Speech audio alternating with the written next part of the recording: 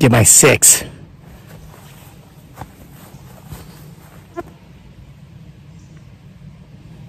Because they ain't about taxation and regulation, yo. Shirts available from our merch shelf. Teespring, scroll down.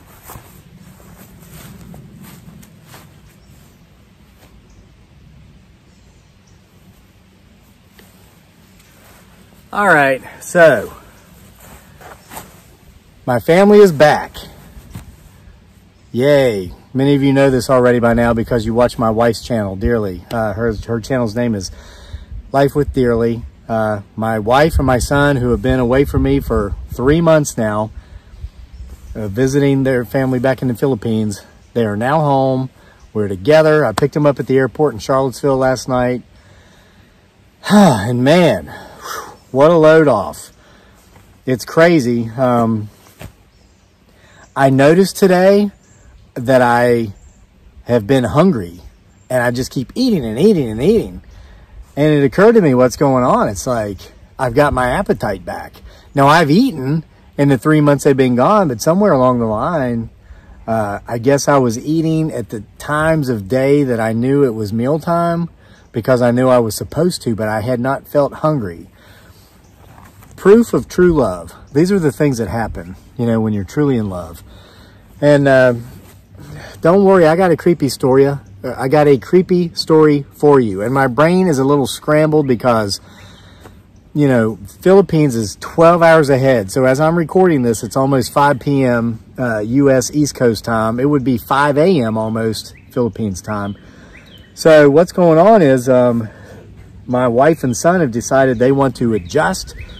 They want to readjust to our time zone very quickly. So we stayed up until almost 1 last night because they couldn't sleep anyway. They were still on Philippines time.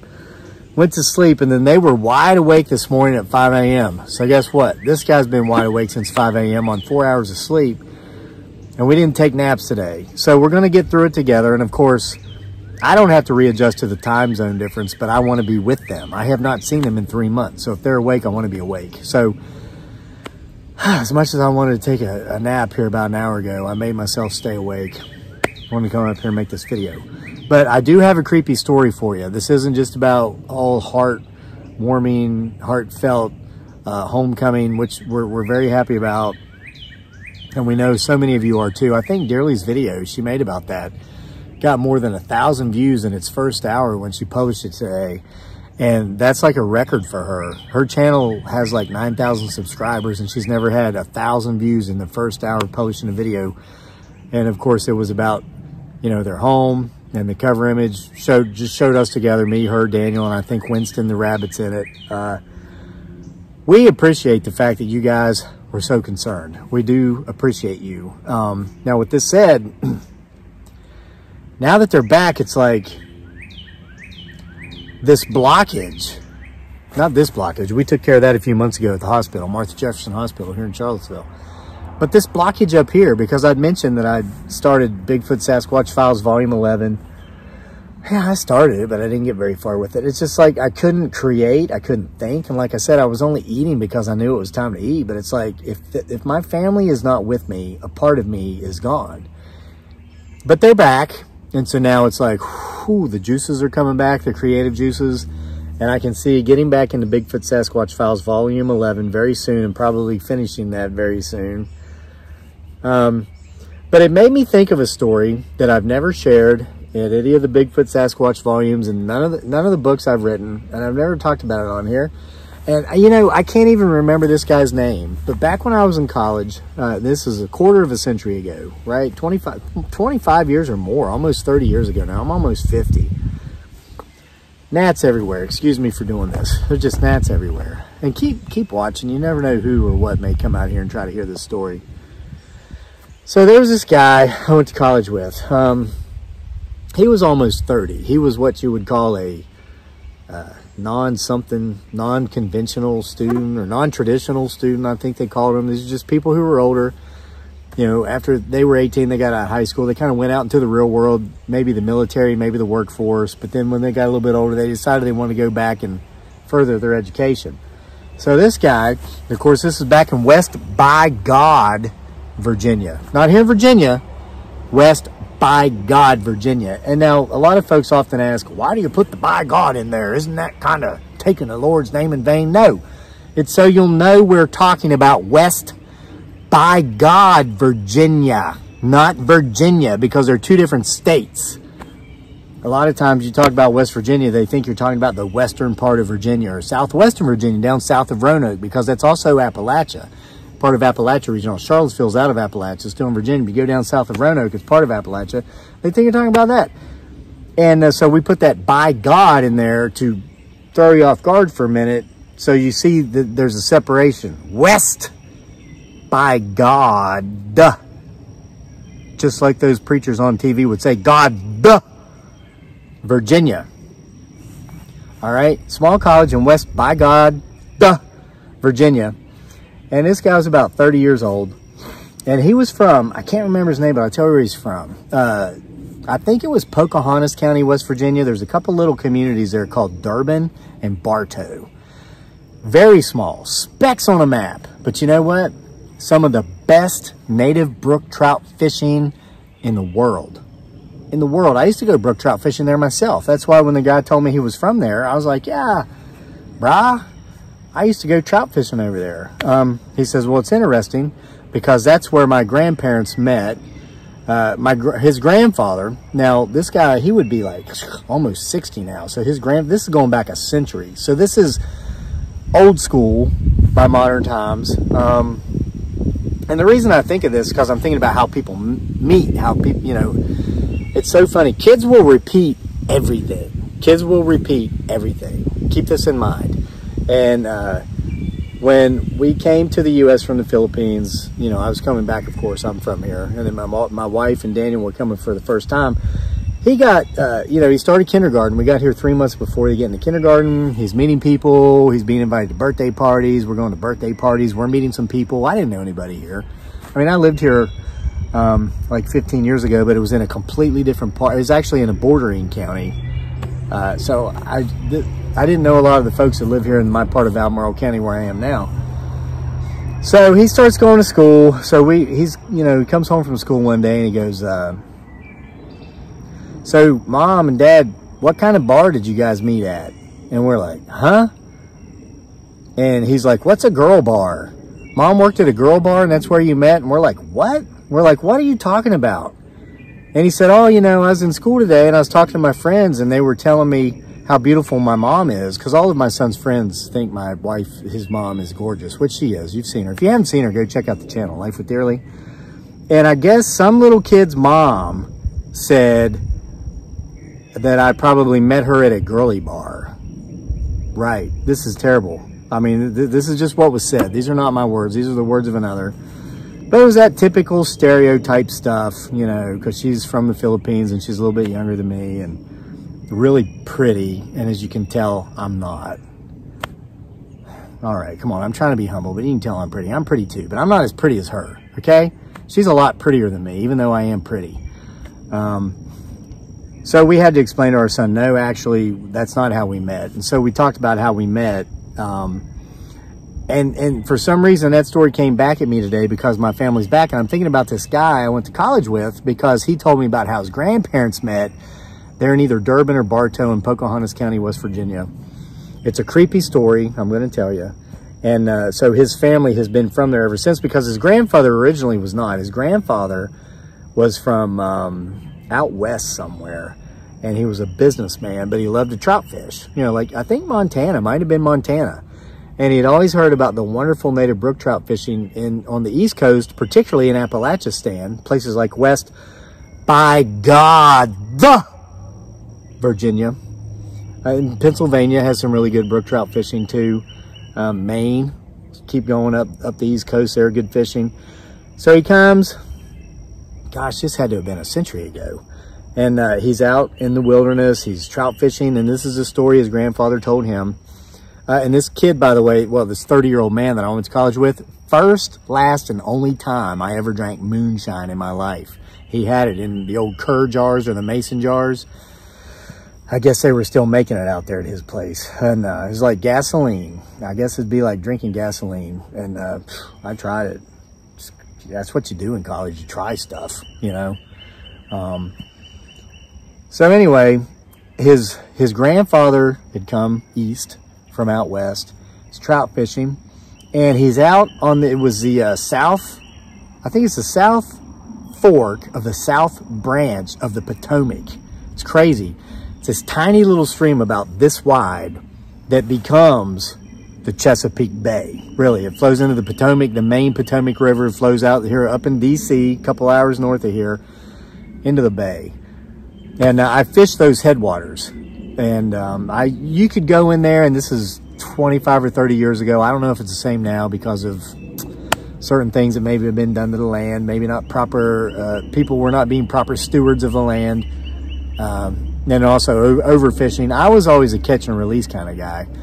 And so I could go in there, and there was one day where I literally caught 100 trout. It was a goal of mine to catch 100 trout, and I did that in one day. Threw them all back. Very rarely, once or twice a year, would I keep enough, maybe four to six to eat. Native brook trout, about 8 or 10 inches long, which is big for a native brook trout. So Granddad comes over here from Montana. He's fishing for these little brook trout. They're on the south fork of the south branch of the Potomac River, which flows south and becomes the Chesapeake Bay just outside of DC, 2.5 hours of here. Say that real fast 3 times. See if it doesn't twist your tongue.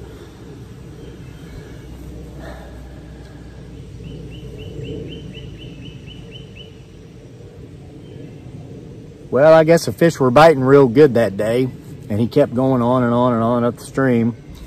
He gets up, he's quite a ways from his vehicle, and he had his camping gear. He was going to pretty much fish his way upstream all day and then camp out at night and fish his way back down the next day. So he's up there, and he hears clickety-clack, clickety-clack, clickety-clack. He's sounding like horse hooves, which would have been common back then, you know, 100 years ago.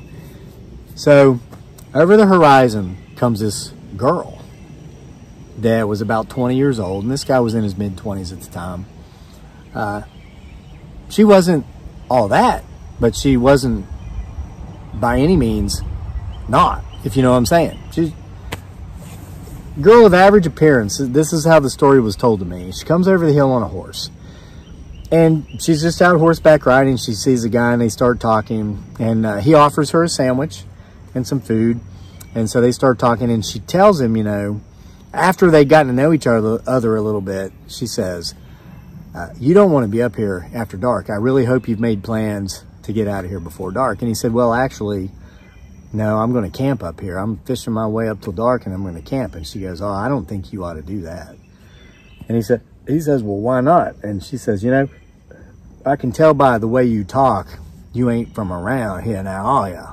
See, she might have said it something. That's a little too southern. I can tell by the way you talk, you ain't from around here, are you? That's more West Virginian. West, by God, duh, Virginia. He says, well, yeah, I'm actually from out west somewhere. And she goes, well, I don't think you want to be up here after dark. It ain't that safe. And I'm not making fun of this dialect thing I'm doing. That's me, brah. That's where I'm from, okay? So he says, well, I think I'll be fine. I'm not superstitious. I don't believe in this stuff. What is it that I should be afraid of anyway? And she says, well, there's something up here. It just haunts people, and it hunts them. Comes out at night, hunts them down. It's a beast. It's like a devil beast, like a demon, and it's got hooves like a horse, and it just stomps on the ground. It gets you running, and you can't outrun it, and you can't outlast it, and it doesn't kill you. It won't hurt you. It makes you run until your heart explodes. So just here about 6 months ago, happened to this old man. Was renting one of my daddy's property down the road here. One of these old drunk people with, you know, purple face, bulbous nose. Ran him down at night, and they found him next day. Wasn't a scratch on him. Wasn't no bone broke. Wasn't no bruise. Wasn't no cuts. Wasn't no blood. But his heart just exploded because he just couldn't take it. Well, the guy told me his granddad laughed at her because it was like, listen, girl, I ran track in college, brah. I mean, like this guy, right? And he was 25, though. He wasn't 47. He says, I think I can take my chances. There's a lot of good trout in here. I came all the way east from out west to catch these trout. I think I'm going to just keep on taking my chances. Of course, he went, I think I'm going to keep on taking my chances. She's like, all right, well, I done tried to warn you. I just done tried to warn you. And he goes, okay, so let's say this thing gets after me. Is there anything that I can do to protect myself? And she said, well, you know, it's a demon. Demons don't like iron. Says, you'd have it to know on good authority by me that my daddy's a blacksmith. You go right up over the hill here the way I came. See, now you're going up this river and there's a trail. He says, you go right up over this hill, you drop down the other side, and it just opens up into a big valley, big field. Said, that's our property. You go right down there, there's a barn. That's my daddy's blacksmith shop. You get in there, you just surround yourself with iron, you be okay, because it's just a demon. Demons can't cross iron. So he's laughing at her. He thinks this is the funniest thing. But he's finding himself drawn to her, because even though she was, you know, of average appearance, she was pleasant. She had that cute, you know, Appalachian American accent, and he just liked this girl. And so he gave her some of his food, and they kind of picnicked together there on the stream. They had about an hour of daylight left, and she said she's getting on out of there before them old demons started coming out. And she went on up over the hill on her horse and dropped down the other side, down there over in the valley down there where her daddy owned that property, and he had him a blacksmith shop down there. And the guy laughed. He thought, oh, whatever, superstitious little, you know, mountain girl.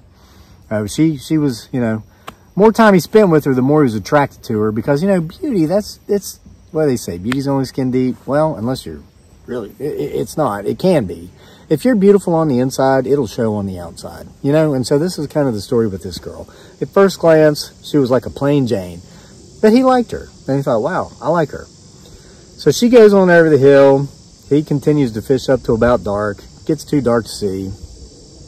So he sets up camp. Didn't build a fire or nothing. He was tired. He walked a lot of miles that day up that creek bed there. So he went to sleep, and I reckon there around midnight, between midnight and 3 a.m., which is actually the witching hour, he heard a loud stomp, like a loud stomp on the ground. Woke him up, sat up straight. What in the, you know, what is that? Well, he heard another one, like a big hoof stomping on the ground. And he remembered the story the girl told him. And he thought, oh my gosh, there's no way this can be true, because he wasn't superstitious, didn't believe in this kind of stuff. Hocus pocus, paranormal, supernatural, poppycock, he thought. Sure enough, though, what was a stomp became a trot, then a gallop, then an all-out sprint. He heard something with hoofs coming charging after him. He just got up and took off running. He left his gear. He left everything there. He started running downstream. He got to about the point where he thought it was he had met that girl, and that thing's still chasing him. So he cuts up over the hill, drops down the other side into the valley where her daddy owned this land. And fortunately, there was a full moon. There were no clouds. He could see. His eyes had adjusted to the dark. He saw like a dark image. It looked like a building. He assumed that was the blacksmith shop, and he assumed correctly. So he ran into it, and he was just grabbing iron chains, iron pokers for the fire where the guy would beat the iron to make the horseshoes and all this stuff, and he just kind of piled iron up all around him. So next day, the dad, the blacksmith, comes out, finds this 25-year-old guy in the shop, and what tarnation you doing here? And he tells him, and this thing was chasing him, and he laughs, this old guy, he laughs. Says, all right. He says, I'll send my daughter in to talk to you. So daughter comes in, talks to him, and the guy's like, what do I do? What do I do? And she says, well, you can't leave now. You done been marked. You got the mark of the beast. You know, that stuff people were telling me I took when I got the jab on these guns. I got the mark of the needle, brah. But this guy had the mark of the beast. She's like, you got to stay here. Looks like you just got to stay here for a while. She's like, or the guy's like, how long? You know, my buddy's telling me his grandmother's or grandfather's asking this girl, how long? She says, well, by God, duh, you got to stay till the next full moon. So he says, I'm stuck here for a month. And she said, yeah, unless you want that beast chasing you down, catching you before you get back to your car. So he didn't want to take those chances. So he stayed on for another month, and he got to know her, got to know the family. Well, would you believe it? By the end of that month, they were engaged. By the end of the next month, they were married. And that man never made it back to Montana. I think I might have swallowed a dag on that. They were married. So he never had any more issues, no more run-ins with this beast. And it wasn't until their, silver anniversary, 25 years later. They'd had a few kids. A couple of them were grown already. on their 25th wedding anniversary, as a gift, the grandmother, this guy's grandmother, decided as a gift she would give him the truth, her husband, about what happened up that holler back there in West by God, Virginia, all those years ago. There was no demon. There was no half horse evil Satan guy on that had horse hooves. I swallowed a gnat. Good thing we're getting close to the end here. She was out there horseback riding, and she found that young feller out there, and she thought he was a good-looking guy, and she got to talking to him a little bit, and she decided she liked him. She made that story up on the spur of the moment, knowing in her mind that she was going to come back through there that night with her horse and scare the bejesus out of this guy, and hope she might be able to rope-a-dope, so to say, lasso her husband, and it worked.